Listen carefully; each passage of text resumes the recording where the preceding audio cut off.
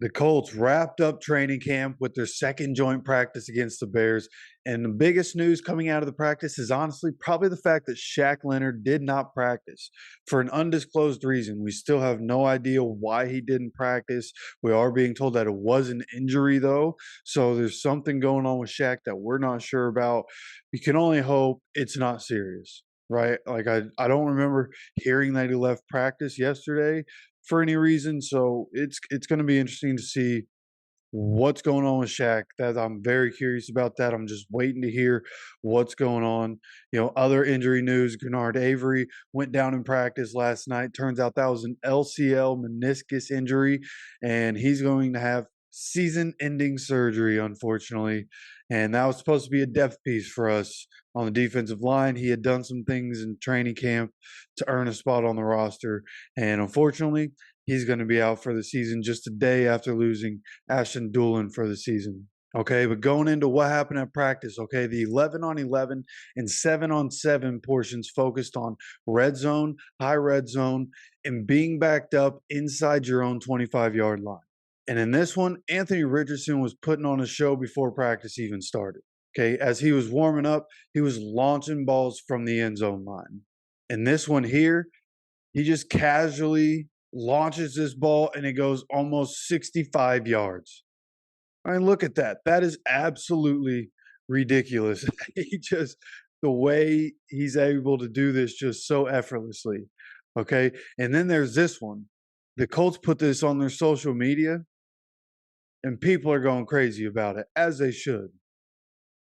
He absolutely launched that ball while on the run. All right, he's just out here messing around, launching these balls. That is crazy.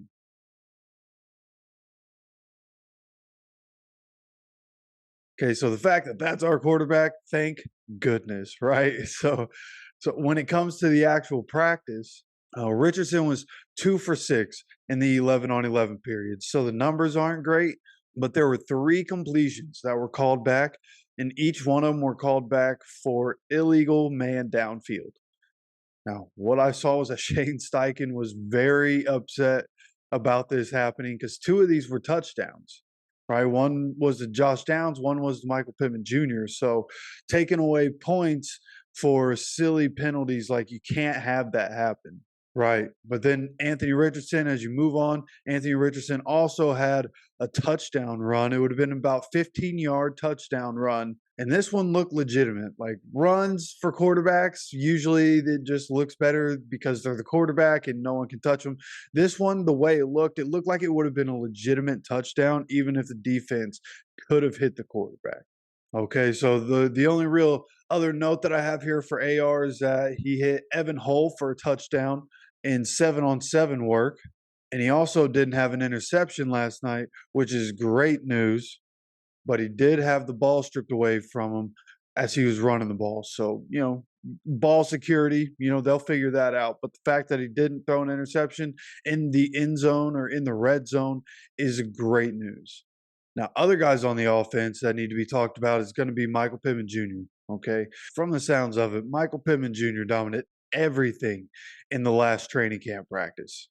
From the very first one-on-one rep, he was getting the ball in the end zone, right? Like hit literally the first one-on-one rep was Anthony. Again, they were working on red zone, so they were down there. But Anthony Richardson completed the ball to Michael Pittman Jr. in the end zone, and that continued all day. One-on-ones, 11 on 11s, it didn't matter. Michael Pittman Jr., both days of joint practice, was really dominant. So it'll be good to see if he can continue to carry that into the regular season. Now, another receiver that was making plays was Mike Strawn. There were a lot of people on Twitter saying Mike Strawn and his one-on-one reps, the first one, second one, third one, they were all going crazy over it because he was making some plays. From what I'm hearing, he was making some really tough catches in the end zone. But unfortunately, he had to leave practice after his third one-on-one rep. It looked like he had a groin injury and had to leave practice and did not come back after that. Okay, so let's talk about some of the defense. Okay, Kwity Paye has been a problem for the Bears in practice. Okay, he was racking up the sacks once again on Thursday after having a good day on Wednesday. And then Dio Dangbo was also making plays, especially in the run game, which is great. Our defensive ends need to be better in the run game. You know, ever since Justin Houston left, that's kind of been an issue for us. So if Dio Dangbo can make that better for us and help in that regard, that'll be great. Okay, now I already mentioned the fact that Gennard Avery left practice earlier. He's going to be out for the season. So we're going to lose a little bit in depth on the defensive line. But from everything I've heard in training camp and everything from these practices, like the defensive line sounds like it's coming around. Okay. And they've been without DeForest Buckner. Okay, so you add him back into, you add Quiddy being healthy and Dio being there. Like, I feel good about our pass rush unit. You know, hopefully Samson Ebicom can get healthy and stay healthy and be a part of the defensive line and be a depth piece for us. But right now, with the way the starters are and with what I keep hearing about the starters, I think we're going to be putting pressure on quarterbacks. I don't know how we're going to do with sacks. I don't know if we're there yet. I honestly don't know if we have the guys to be, you know, leading the league in sacks, but I do think we have guys that can at least collapse the pocket and put pressure on the quarterback. And we have guys that are athletic enough to chase the quarterback if he starts to run. Okay, and then you look toward the back end. You have EJ Speed getting an interception today after it was tipped by McTelvin Agam. You know, the defense staying opportunistic in these practices is great news. Okay, after last season where, you know, we didn't have many turnovers as a defense, like we need that. We need that this year. Turnovers decide most football games. You have to be able to force turnovers. So, the fact that the defense in the Bills game, they had 2 turnovers in the last couple practices. They're getting turnovers. So, I like what I'm seeing from the defense, and we just need to be able to translate what they do in practice into games. Okay, so as we finish up here, the vibe that I got from last night's practice was that the defense set the tone.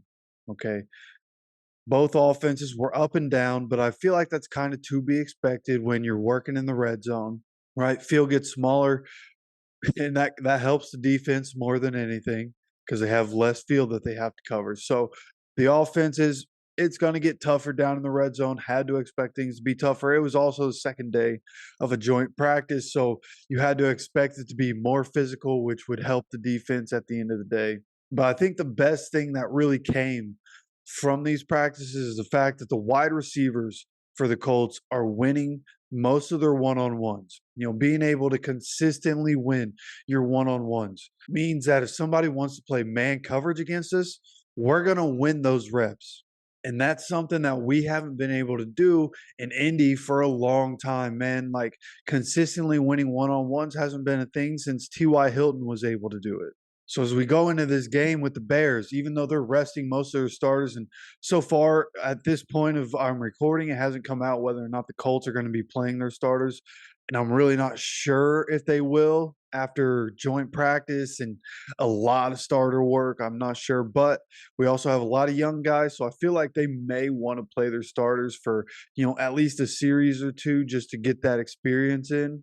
But again, at the moment, we just aren't sure if they're going to be playing their starters. I'll try to stay updated on that. I'm going to have a video here in a few hours for you guys, a game preview of the Colts and the Bears preseason game happening in Indianapolis on Saturday at 7 p.m. So make sure you subscribe with notifications on to get the most up-to-date information heading into Saturday's game. And as always, take care of yourself, take care of each other, and go Colts.